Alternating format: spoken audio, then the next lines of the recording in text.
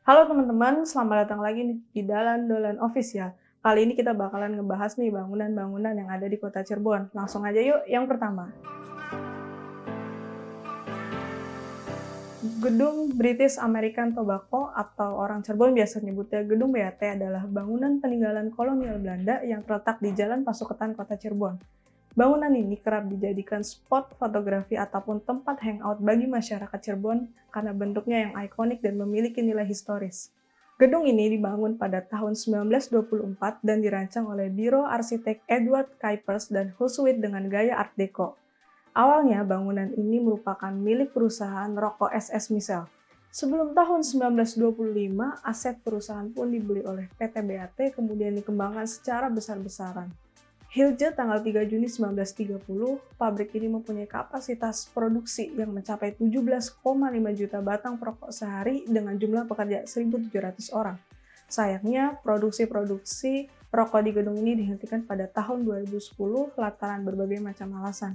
Kini, bangunan BAT pun menjadi kosong dan bagian luarnya masih dimanfaatkan oleh masyarakat Cirebon untuk bersuah foto maupun hangout bersama.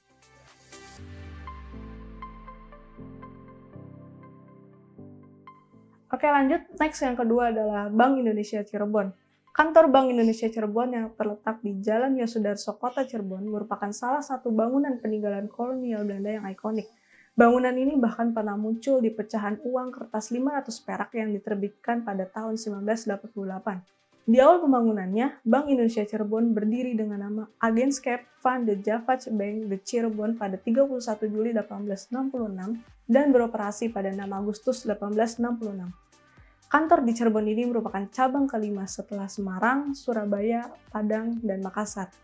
Awal berdiri, bangunan The Javage Bank hanyalah berlantai satu dengan bergaya neoklasik. Kemudian, pembangunan gedung bertingkat bergaya Art Deco ini dimulai pada 21 Desember 1919 yang dirancang oleh Biro Arsitek Edward Kuipers dan Hulswith dan selesai pada 22 Maret 1921. Setelah Indonesia merdeka, The Javage Bank pun menjadi aset milik Bank Indonesia. Bangunan Bank Indonesia di Cirebon ini merupakan satu-satunya bangunan peninggalan The Javage Bank yang berbentuk ramping dengan satu atap kubuh. Konon katanya, di dalam bangunan ini terdapat makam seorang Belanda.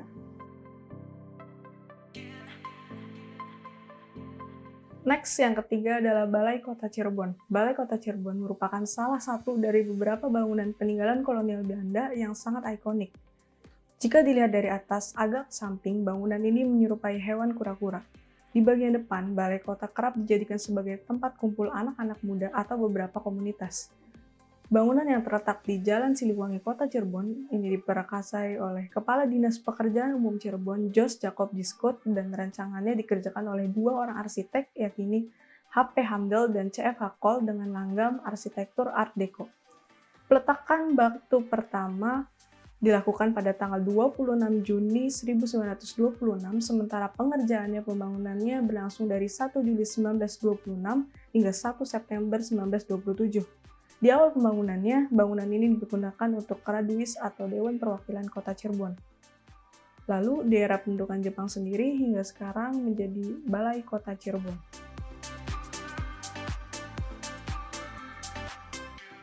Next, yang keempat adalah Gedung Negara Cirebon.